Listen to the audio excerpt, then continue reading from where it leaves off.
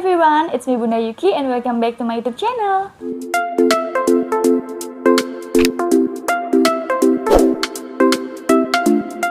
Jadi teman-teman, di video kali ini aku nggak ajak kalian buat haul Shopee atau buat tutorial makeup. Di video kali ini aku mau ajak kalian buat dengerin ceritaku tentang paranormal experience aku.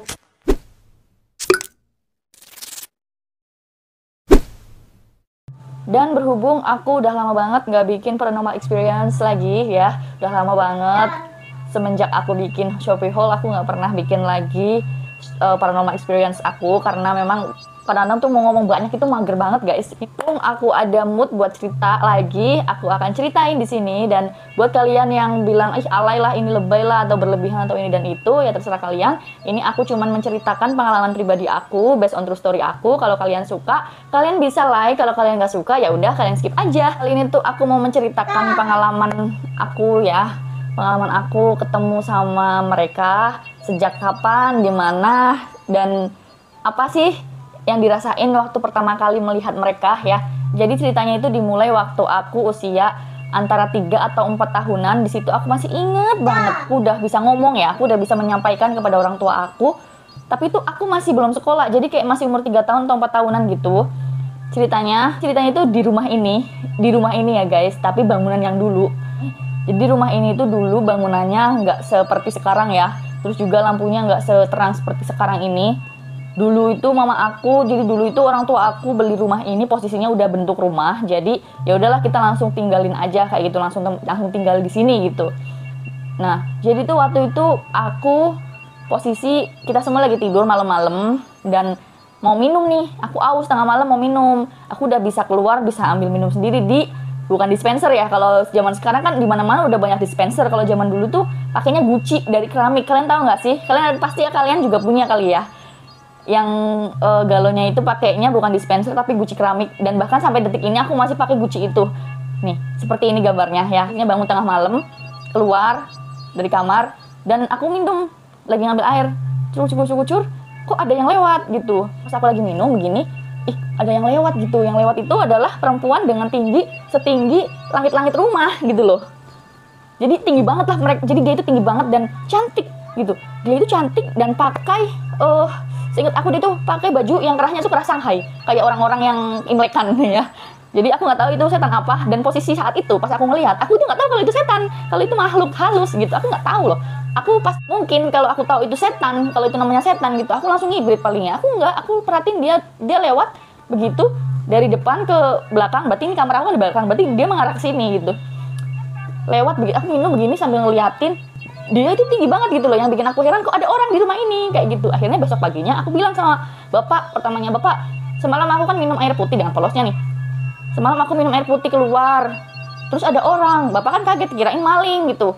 Loh siapa gitu kan? Nggak tahu. Aku pas minum air lihat ada orang perempuan lewat tinggi banget. Lah disitulah bapak aku langsung histeris.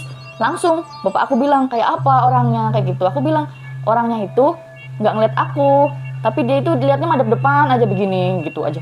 Dia itu fokus ke depan doang, terus jalan kayak gitu.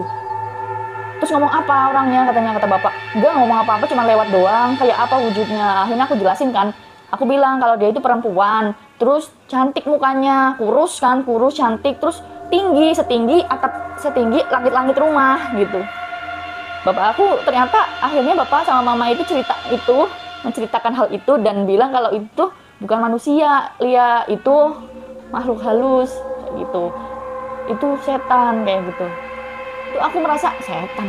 Kok katanya setan nakutin, kok ini kok cantik kayak gitu loh. Itu pertama kalinya ya guys. Itu pertama kalinya aku melihat yang namanya makhluk halus di rumah ini. Ya Allah. Yang kedua itu pengalaman melihat makhluk yang tingginya itu setinggi langit-langit rumah aku di rumah ini juga, tapi dia itu merembet di tembok guys ya. Dia itu hitam dan tipis sekali. Itu bentuknya nggak tahu, pokoknya nempel aja di tembok, itu jalannya nempel di tembok gitu loh. Itu pertama kali itu aku pernah lihat di rumah ini juga, dan tinggi banget, setinggi langit-langit rumah ini juga. Tapi aku udah tahu, dan situ aku cuman diem. Itu posisinya aku seumuran 4 tahunan itu, dan posisinya di situ lagi mati lampu sore-sore hujan-hujan, aku masih inget banget itu kondisinya, dan aku lagi dibikinin Indomie rebus sama mama aku masih inget banget, aku di depan duduk di ruang tamu ngeliatin itu siapa ngerembet, itu apa yang merembet gitu, tapi kok merembetnya di tembok gitu, seperti hewan tapi bukan hewan ya. Pengalaman lihat, udah tuh lama tuh aku nggak pernah lihat lagi, nggak pernah lihat makhluk lagi. Yang ketiga, pengalaman aku melihat mereka itu pas kapan lagi ya, ketiga itu pengalaman bisa melihat jadi lebih peka itu gara-gara waktu pas dibikin sama orang tuh aku kelas 8 SD itu, aku malahan jadi sempet tahu bahwa ada makhluk. Nanti aku akan ceritain di salah satu video khusus tentang waktu aku kena dampak dari orang yang nggak suka sama orang tua aku ya. Itu biasalah kalau kalian ini anaknya orang dagang, orang tua kalian berdagang gitu, mungkin kalian sudah biasa dengan hal-hal seperti itu, maksudnya kayak kiriman-kiriman seperti itulah. Dan aku pernah merasakannya, nanti aku akan ceritain sampai aku itu linglung, sampai aku itu hilang ingatan selama 2 minggu, dan juga bener-bener nggak inget dan nggak kenal siapapun. Itu parah banget sih pokoknya, nanti kalian akan aku ceritain di salah satu video aku. Dan yang keempat, aku pernah ketemu sama yang namanya Banaspati, tapi Banaspati, orang-orang katanya bilang Banaspati itu bentuknya seperti bola api, seperti ini, seperti itu. Ya aku nggak tahu ya kalau yang itu, cuman aku sudah pernah melihat langsung di hadapan aku, begini loh posisinya. Ya, jadi posisinya itu dulu aku pernah sekolah di salah satu sekolah SUPM. SUPM itu kayak sekolah usaha perikanan menengah. Jadi memang sekolah SMK yang berkecimpung di dunia perikanan gitulah ya, di bawah Menteri Kelautan dan Perikanan gitu. Jadi aku tuh pernah sekolah di sana selama 8 bulan ya. Dan di sana itu memang senioritas banget, juga tempatnya dibilang mistis, dibilang angker ya lumayan. Karena aku melihat dan merasakan banyak hal. Yang pertama dan yang paling serem itu menurut aku ketemu sama yang namanya Banaspati di ruang gudang. Jadi aku itu di SUPM. Jadi aku di SUPM itu ambilnya jurusan pengolahan ikan, guys. Jadi kalian tahu lah ya, kalau di jurusan pengolahan ikan itu pasti ngolah ikan gitu. Pasti berbau dengan yang namanya ruang-ruang es gitu ya. Jadi ceritanya di sebelah ruang kelas aku waktu itu, di situ ruang itu tuh ruang kosong yang buat bahasa Jepang itu ngereto, apa ya bahasa Indonesianya? Lucu, malah lupa bahasa Indonesianya. Buat ngebekuin ikan-ikan atau produk-produk jadi gitulah ya intinya mah. Hanya berdampingan sama ruang kelas aku. Jadi ini ruang kelas aku, nah ini tempatnya. Cuman nyebrang doang gitu, sedikit. Ceritanya aku ditugasin sama teman-teman yang lain, beberapa teman gitu buat ngebersihin ruangan ini gitu loh. Posisinya waktu itu ruangannya gede banget, dan aku di situ mau ambil pelan. Aku masih inget banget mau ngambil pelan karena teman aku udah pada nyapu kan, aku mau ambil pelan gitu. Aku mau ambil pelan ke dalam, jadi masuk ke dalam ruangan ini gitu, masuk ke dalam. Pas masuk udah dapet nih pelannya gitu, dan nengok ke belakang, balik badan, itu langsung berhadapan dengan makhluk yang namanya Banaspati. Itu adalah, jadi Banaspatinya itu bentuknya kebalik ya, dia itu kakinya di atas gitu loh, dan pas begini tuh mukanya pas-pasan sama muka aku gitu. Dia itu punya badan gede banget, hitam dan kemerahan, kemudian mukanya itu lebar banget dan berbulu gitu. Mukanya lebar banget, matanya juga lebar.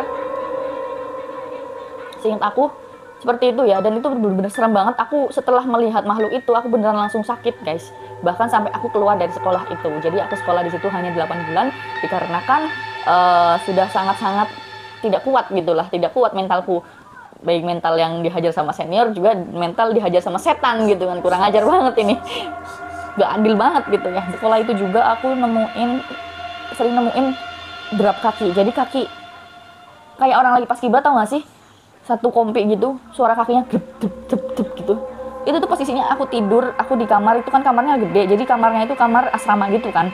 Dan aku tuh ranjang ada di ranjang paling atas. Jadi ranjang itu ada 1, 2, 3. Dan aku yang paling atas, dan yang paling pojok pinggir angin-angin.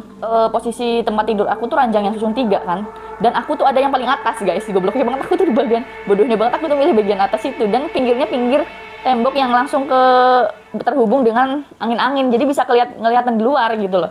Jadi pas aku duduk kayak gini, aku bisa nengok ke belakang samping kiriku, itu udah kelihatan tuh di luar ada apa kayak gitu ya. Jadi pas itu semenjak aku sakit itu ya, kan aku sering nggak ikut kegiatan di luar gitu, aku di kamar doang gitu kan, tidur di kamar. Jadi kadang-kadang kok ada suara, kirain aku suara anak-anak pada pulang gitu. Pas aku cek ternyata bukan, mereka itu orangnya hitam-hitam tapi pakai seragam yang sepertinya bukan seragam yang sekarang gitu loh, bukan seragam kayak baju-baju kami yang sekarang gitu loh. Nggak tahu seragamnya tuh beda aja lah, jauh gitulah. Dan ternyata rumornya sih itu tempat sekolahanku itu dulu pembantaian G30 SPKI kayak gitu loh guys. Capek kadang-kadang kalau jadi aku ini. Udah diserang secara fisik sama senior, udah ditempa secara fisik sama senior ya kan, masih aja diganggu sama makhluk-makhluk halus kayak gitu. Jadi akhirnya aku bilang sama orang tua aku bahwa, dan orang tua aku juga mengetahui hal itu, dan akhirnya memutuskan untuk cabut, untuk aku tuh selesai sekolah di situ, aku pindah sekolah di Jakarta. Apakah di Jakarta selesai? Tidak. Lanjut ke cerita aku melihat makhluk-makhluk kalau selama aku di Jakarta ya. Pas aku di Jakarta itu, setelah semenjak sekolah aku pindah ke Jakarta, alhamdulillah aku nggak pernah temu lagi, ngelihat lagi makhluk-makhluk seperti itu, yang aneh-aneh kayak gitu. Cuman aku itu sakitnya nggak selesai guys. Jadi itu sering sakit kepala yang luar biasa banget. Sampai akhirnya aku berobat sana sini sampai CT scan lah segala macam, itu nggak ada pengaruh apa-apa kayak gitu loh, nggak ada penyebab apapun kenapa aku sakit kepala kayak gitu. Sampai akhirnya nggak sengaja datang ke salah satu dokter, dan dokternya itu ternyata orang Katolik. Tapi pas beliau lihat aku datang gitu ya, beliau bilang, kamu kok datang bawa teman banyak banget? Aku kaget dong, bapakku juga kaget. Saya tahu kok keluhan kamu apa, kayak gitu. Kaget dong pas dokternya bilang kayak gitu. Jadi dokternya itu namanya Pak Alex ya guys. Mungkin teman-teman barangkali ada yang tahu dokter Alex yang ada di daerah Kapuk. Beliau juga dulu sempat bilang ke aku sempat berapa kali ke sana, dan dia selalu bilang bahwa menguatkan diri aku sendiri dengan memberikan nasihat-nasihat, dan juga ya obat tetap ada lah ya untuk meredakan rasa sakit. Cuman beliau lebih memberikan motivasi secara spiritual, tapi spiritualnya itu dengan cara memberikan nasihat untuk mendekatkan diri kepada Tuhan kamu gitu. Kamu kan beragama Islam, kamu mendekatkan diri kepada Tuhan kamu, kepada Allah, kata dia kayak gitu, kata beliau begitu.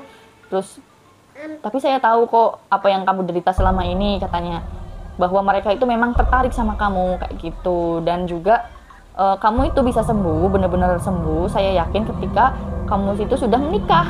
Nah, posisinya aja masih 13 tahun gitu kan, aku juga nggak tahu kapan mau nikahnya gitu loh. Katanya nanti kamu dapat suami yang bisa mendekatkan diri kamu sama Tuhanmu, katanya gitu. Dan alhamdulillah memang iya, suami aku ibadahnya rajin banget gitu loh. Istilahnya bukan aku yang lebih rajin, tapi dia yang lebih rajin dari aku. Jadi ada suami yang selalu mensupport gitulah ya, mensupport aku untuk lebih memperbaiki ibadahnya, memperbaiki ibadahku, hubunganku dengan Tuhanku, dengan Allah kayak gitu. Terus kemudian guys, ini pengalaman aku waktu di Jepang aja masih diteror loh. Di Jepang aja aku masih diteror loh guys. Udah ada loh videonya, ini di video yang ini ya. Aku udah ceritain jelas di situ aku diteror sama setan di Jepang loh. Bukan cuma di Indonesia aku ngeliat setan, di Indonesia mending aku cuma ngeliat doang. Di Jepang aku lebih parah, malah diteror. Ini jangan lupa mampir ke video aku yang ini ya guys, kalian coba dengerin di situ, coba dengerin cerita aku di situ, cerita pengalaman aku diteror sama setan saat di Jepang. Kalau yang untuk diteror sama setan pas di Jepang ini, kalau ini mah parah banget sih emang. Intinya aku baru ngerasain yang namanya bener-bener rasa takut itu pasti itu doang loh. Ngeliat setan pas takutnya itu doang gitu loh. Yang lainnya ngeliat setan ya udah lihat aja gitu kan, nggak sampai bener-bener takut. Kalau ini bener-bener diteror, kalian harus nonton sih beneran. Rasanya diteror. Aku kira di Jepang itu nggak bakalan kayak ini, nggak bakalan kayak di Indonesia gitu. Ternyata malah lebih parah guys. Jadi di Jepang itu aku dihantui dengan arwah, bukan arwah sih ya, maksudnya jin yang menyerupai arwah yang meninggal dengan cara yang tidak wajar gitu. Dan aku itu tinggal di kamar dia gitu loh, di tempat dia pernah bunuh diri. Nah kalian harus tonton deh kayaknya. Terus lanjut guys, ini yang terakhir itu aku nggak akan lupa. Pengalaman terakhir melihat mereka itu pas melahirkan Yuki. Pasca melahirkan Yuki, pas pindah itu di rumah sakit ya, pas pindah kamar itu udah aku ceritain juga di video yang ini, yang bertemu iblis di rumah sakit saat melahirkan ya. Bahkan iblisnya itu tuh kayaknya udah jadi penghuni di rumah sakit itu deh kayaknya. Soalnya bukan cuma aku doang yang pernah melihat gitu. Ternyata ada orang tuanya teman aku itu juga pernah melihat di situ di rumah sakit tersebut gitu. Sebenarnya aku mau cerita ya, cuman gak enak aja gitu kalau bahwa mereka itu masih ada di rumah ini gitu, masih menunggu rumah ini gitu kan. Pernah jadi penunggu rumah ini gitu, pernah hidup juga, cuman ada yang menyerupai beliau yang sudah pernah hidup di dunia ini, dan aku pernah melihatnya, tapi aku nggak enak buat ceritain guys, karena aku masih tinggal di rumah ini gitu loh. Jadi skip aja lah untuk yang itu ya. Oke guys, itu dia sedikit cerita aku tentang pengalaman melihat mereka ya, dari sejak aku kecil sampai detik ini. Buat teman-teman yang belum nonton 2 video aku yang ini, langsung aja nonton dua-duanya, karena memang itu adalah based on true story aku nggak buat-buat, karena di situ juga ada saksi mata, ada teman aku juga yang merasakan diteror di Jepang, dan juga ada orang tua teman aku yang merasakan dan pernah bertemu dengan iblis yang di rumah sakit. Oke teman-teman semua, terima kasih banyak buat teman-teman yang udah subscribe, yang udah like, yang udah komen, yang udah nge-share video aku. Terima kasih banget deh buat kalian. Dan buat kalian yang belum subscribe, bisa subscribe ya, biar aku semakin semangat bikin kontennya. Thank you for watching and see you in my next video. Bye-bye.